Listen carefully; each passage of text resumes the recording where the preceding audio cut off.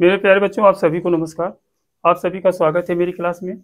मेरे प्यारे बच्चों, आज हम कुछ महत्वपूर्ण प्रश्न लेके आए हैं, महत्वपूर्ण टाइप लेके आए हैं और इन प्रश्नों को आज हम लोग हल करेंगे। तो आइए देखिए, बिना देर के हुए हम चलते हैं प्रश्नों के ऊपर। तो देखिए, इसमें बताया गया है प्रश्न में, यदि 15 अंकों की संख्या, ये 15 अंकों की एक संख्या है, 9 से विभाज्य है। कितने से विभाज्य है? 9 से विभाज्य है। तो ए का मान क्या होगा? यानी जो ये है इसका मान क्या होगा? हम कैसे लगाएंगे इसका मान क्या होगा? आई बात समझ में? तो आइए देखते हैं ए का मान क्या होगा। तो हम जानते हैं कि 9 से विभाज्य है, तो 9 से विभाज्य होने के लिए क्या चाहिए? अरे भैया, 9 से विभाज्य है, इसके लिए क्या होना चाहिए? अंकों का योग। अंकों का योग अगर 9 से विभाज्य है तो ही संख्या 9 से कटेगी ना। आई बात समझ में? तो आइए देखते हैं अंकों का योग। हम जहाँ पे योग होता है 9 का, देखिए 5 4 कितना हो जाएगा? 9 हट जाएगा ये। 4 2 6, 4 2 6 और 6 3 9, 8 1 9। आई बात समझ में? 6 3 9, ये भी 9 घट जाएगा।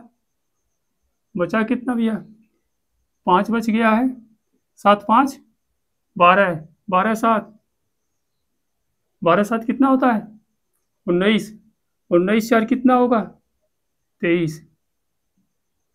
और बचा कितना? ए।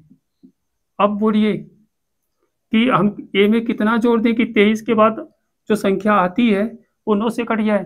तो 9 से कटने वाली संख्या 23 के बाद क्या आएगी? 27 आएगी। तो ए में कितना जोड़ा जाए 27 हो जाए? तो आप कहेंगे सर जी 4, अर्थात ए का मान कितना होगा? 4 होगा। आई बात समझ में? इस तरह से जो है हम इन प्रश्नों को हल करते हैं। यदि अंकों का योग 9 से विभाजित है तो संख्या 9 से कट जाएगी। चलिए अगले प्रश्न पे चलते हैं। देखिए, निम्न में से कौन सी संख्या 9 से विभाज्य है? अब आपको 4 ऑप्शन दिया गया है, इसमें से आपको खोजना है, छांटना है कि कौन सी संख्या 9 से विभाज्य है। तो अभी हमने बताया 9 से विभाज्य होने के लिए क्या चाहिए? अंकों का योग 9 से विभाजित होना चाहिए। आइए देखते हैं कि इसके अंकों का योग 9 से विभाजित है। तो 6 5 कितना होगा? 11। 11 1 12, 12 1 13, 13 2 15। तो 15 9 से कटेगा? नहीं कटेगा। देखिए 5 4 9, 9 8 4 कितना हो जाएगा? 12। ये भी 9 से कटेगा? नहीं कटेगा। अब देखेंगे 9 5 4 9 6 3 9, अर्थात ये संख्या क्या है? आपकी कट जाएगी। तो आपका उत्तर क्या होगा? यही होगा 49 653। ये संख्या किससे कटेगी? 9 से कटेगी। 9 से काटने के लिए जो संख्या, ये बहुत आसान भाग विधि है। इस तरह से जो है हम बहुत आसानी के साथ खोज लेते हैं अंकों को। चलिए हम अगले प्रश्न पे चलते हैं। चलिए देखिए, इस प्रश्न में क्या है कि दो संख्याओं का योगफल। तो दो संख्याओं का योगफल आपको दिया गया है। तो दो संख्याओं का योगफल कितना है? 20 है। और उनका अंतर क्या है? किनका अंतर? उन दो संख्याओं का अंतर कितना दिया गया है? 16 दिया गया है। कह रहा है बड़ी संख्या और छोटी संख्या का अनुपात क्या होगा। आई बात समझ में? कितना आसान सवाल है। और अनुपात आपको दिया गया है 1:9, 11:2, 2:11 और 9:1। अब इसमें कौन सा सही होगा? लगा के तुरंत बताइए। चलिए देखते हैं। अगर एक संख्या x है और दूसरी संख्या y है, इन दोनों का योगफल कितना है? 20। फिर कह रहा उनका अंतर, यानी इनका अंतर क्या है? 16 है। तो हम इनको क्या करेंगे? जोड़ देंगे। कहेंगे जोड़ने पर जोड़ेंगे, देखिए y कट जाएगा तो x मिलकर 2x हो जाएगा और 20 और 16 मिलकर कितना हो जाएगा? 36। तो x बराबर कितना हो जाएगा? 18। 18 कैसे आया? 2 का 2, 18 से काट देंगे इसे। तो x का मान कितना आ गया? 18। जब x का मान 18 आ गया है तो y का मान कितना होगा? आप कहीं भी रख दीजिए। आई बात समझ में? तो इसी में रख देंगे। x प्लस वाई बराबर कितना है? 20 है। तो x का मान जब 18 आ गया है, प्लस y का मान कितना होगा? अब देखेंगे 18 प्लस है, इधर घटा, इधर चला आएगा तो क्या हो जाएगा? प्लस है तो इधर आएगा तो किस में होगा? माइनस में होगा। पक्षांतर करेंगे तो 20 माइनस 18 अर्थात 2। तो y का मान कितना आ गया 2, x का मान कितना हो गया 18। पूछा है बड़ी संख्या और छोटी संख्या, बड़ी संख्या x है और छोटी संख्या y है, ये का अनुपात पूछा है। तो अनुपात क्या होगा, ये 18 है और ये क्या है 2 है, काट देंगे 2 1 2, 2 9 18, तो हो जाएगा 9:1। आपका उत्तर हो जाएगा। देखिए कौन सा ऑप्शन सही है, चौथा ऑप्शन सही है। आई बात समझ में इस तरह से। चलिए अगले प्रश्न पे चलते हैं। चलिए देखिए अगले प्रश्न में क्या है, निम्न में से कौन सी संख्या, निम्न में से कौन सी भिन्न, निम्न में से कौन सी भिन्न सबसे बड़ी है। देखिए कितना अच्छा प्रश्न है।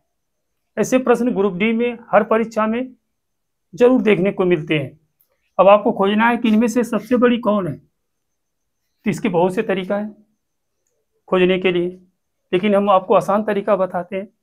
देखिए अगर हम इसके तिर्यक गुणा करेंगे बेटा, क्या करेंगे तिर्यक गुणा, तो जिसका अंश बड़ा होगा वो भिन्न बड़ी होगी, जिसका अंश छोटा होगा वो भिन्न छोटी होगी। देखिए 12 से गुणा करेंगे, 12 का नम 12, 8 दूनी 16, तो 12 बड़ा है 16 बड़ा है, कहेंगे आप 16 बड़ा है।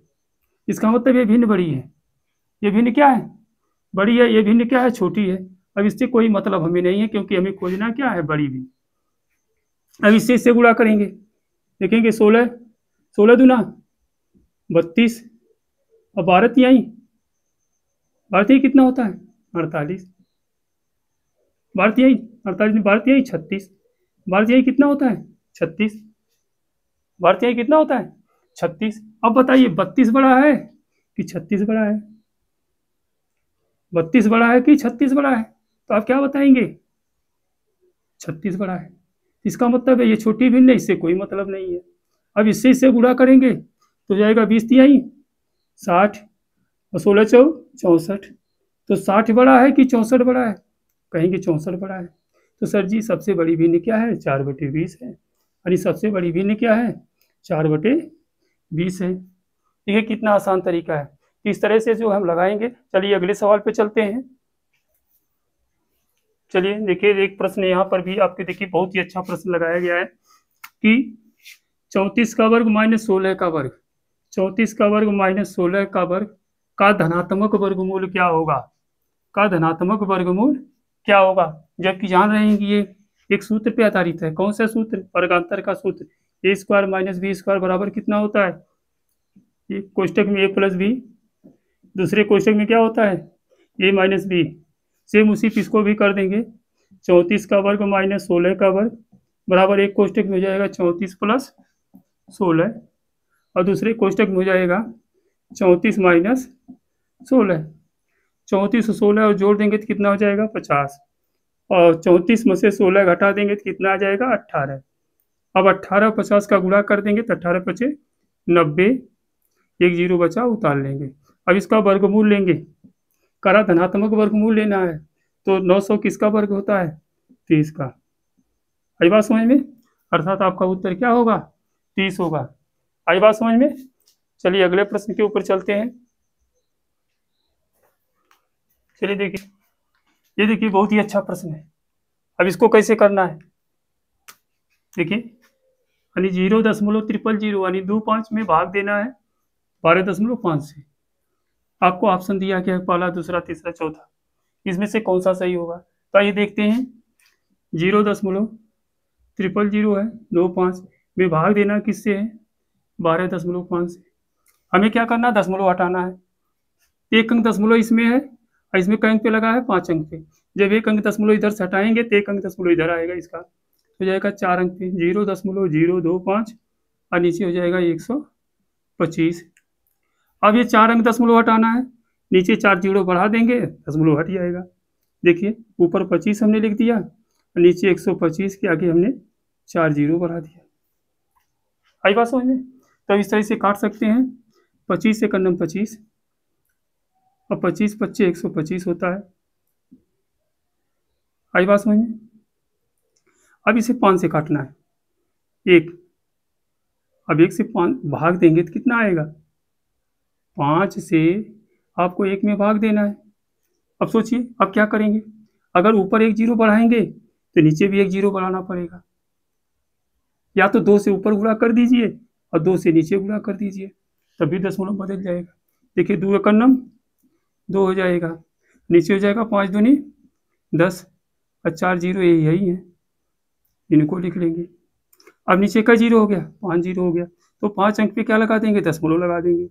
देखिए 0.0000002, अभी 5 अंक पे दशमलव हो गया। अब देखिए आपका कौन सा ऑप्शन सही हो रहा है, यानी 2 के आगे 4 जीरो फिर दशमलव लगा है, तो 2 के आगे 4 जीरो, यहाँ 2 जीरो, देखिए यहाँ 4 जीरो है, इसका मतलब आपका ऑप्शन कौन सा सही है, ये वाला सही है।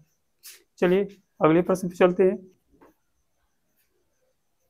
चलिए देखिए इसमें क्या है, क्वेश्चन नंबर कौन सा बेटा है, ये कौन सा क्वेश्चन नंबर है आपका, है 8वां। कौन सा क्वेश्चन नंबर है, 8वां है। आई बात समझ में।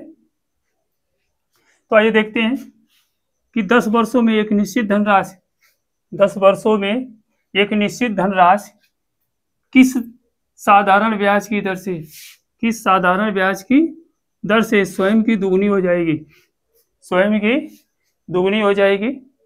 बहुत ही अच्छा प्रश्न है, ठीक, बहुत ही अच्छा प्रश्न है। आइए देखते हैं, कह रहा है कि दुगनी हो जाएगी स्वयं की धनराशि, जो कि अगर 1 रुपया है तो ये 2 रुपया हो जाएगा।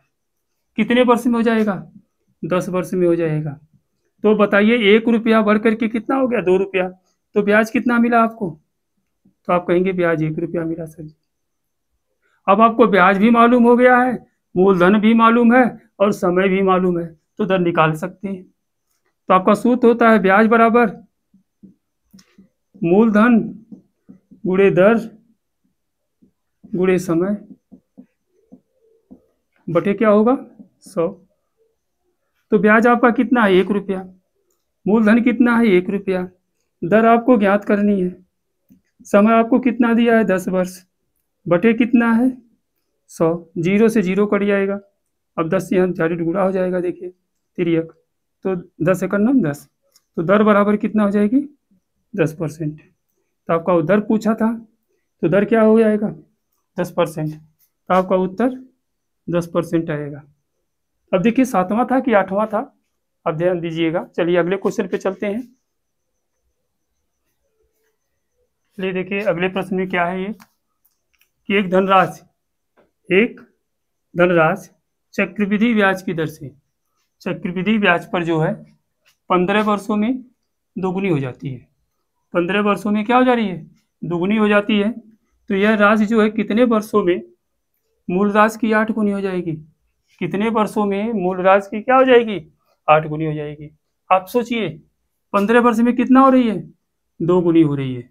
15 वर्ष में कितनी हो रही है, अगर 1 रुपया 2 रुपया हो जाता, एक 2 रुपया पहले में कितना समय लगे थे 15 वर्ष, कितना समय लग रही है 15 वर्ष। अगर यही 2 रुपया दुगना हो जाए यानी 4 रुपया हो जाए तो कितना वर्ष लगेगा 15 वर्ष। फिर ये 4 रुपया अगर दुगना होने में, दुगना होकर के 8 रुपया हो जाए तो कितना वर्ष लगेगा 15 वर्ष। तो यही 1 रुपया कितना हो गया 8 गुना हो गया। अब आइए देखिए यही पूछा था कि मूल राशि स्वयं की 8 गुनी हो जाएगी, स्वयं की 8 गुनी, तो कितना समय लगा 15 वर्ष, 15 वर्ष, 15 वर्ष, मिला के टोटल कितना हो गया बच्चों 45 वर्ष। तो आपका उत्तर क्या आएगा 45 वर्ष। आई बात समझ में। चलिए अगले क्वेश्चन पे चलते हैं।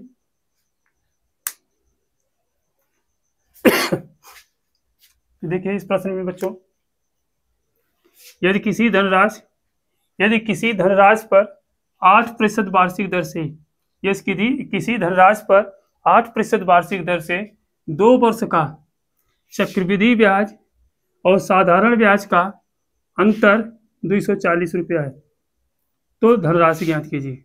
तो क्या ज्ञात करना है बच्चों, धनराशि ज्ञात करना है। इसके लिए एक सूत्र होता है, जानते हैं कि अंतर बराबर मूलधन गुणे दर बटे 100 इसकी घात 2। आई बात समझ में। तो अंतर आपको कितना दिया है 240 दिया है, तो 240 रख देंगे। आपसे मूलधन पूछा है गुणे दर कितनी है? 8% है, तो 8/100 घाते 2 हो जाएगा। अब जान रहे हैं जब ये गुणा में है, ये हम जब इसको पक्षांतर करके उस बगल ले जाएंगे तो ये पलट जाएगा। आई बात समझ में? तो हो जाएगा 240 गुणे 100 गुणे 100, क्योंकि घात 2 है तो हम दोनों 2 बार गुणा कर दिया। उसी तरह 8 का भी हम 2 बार गुणा कर देंगे। 8 गुणे 8, 8 का नाम 8, 8 तिरिक 24, 0 बचा था उतार लेंगे 23, 4 दूनी 8, 4 25 हम 100, 2 से काटेंगे 2 एक का नाम 2, 100 का आधा कितना होगा 50। अब इसका गुणा कर देंगे, 25 25 125। देखिए एक जीरो यहाँ, एक जीरो यहाँ, 2 जीरो हम उतार लेंगे, फिर गुणा करेंगे 25 25 125, 125 तिया कितना होता है 375, अर्थात आपका क्या आ जाएगा 37,500 रुपया। तो 37,500 देखेंगे किस में है? चौथे ऑप्शन में है। आई बात समझ में? ये 10 सवाल जो बहुत ही महत्वपूर्ण थे हमने आपको बताया है। हमें उम्मीद होगी कि आपको पसंद आया होगा। कमेंट करके ज़रूर बताइएगा। ठीक, धन्यवाद।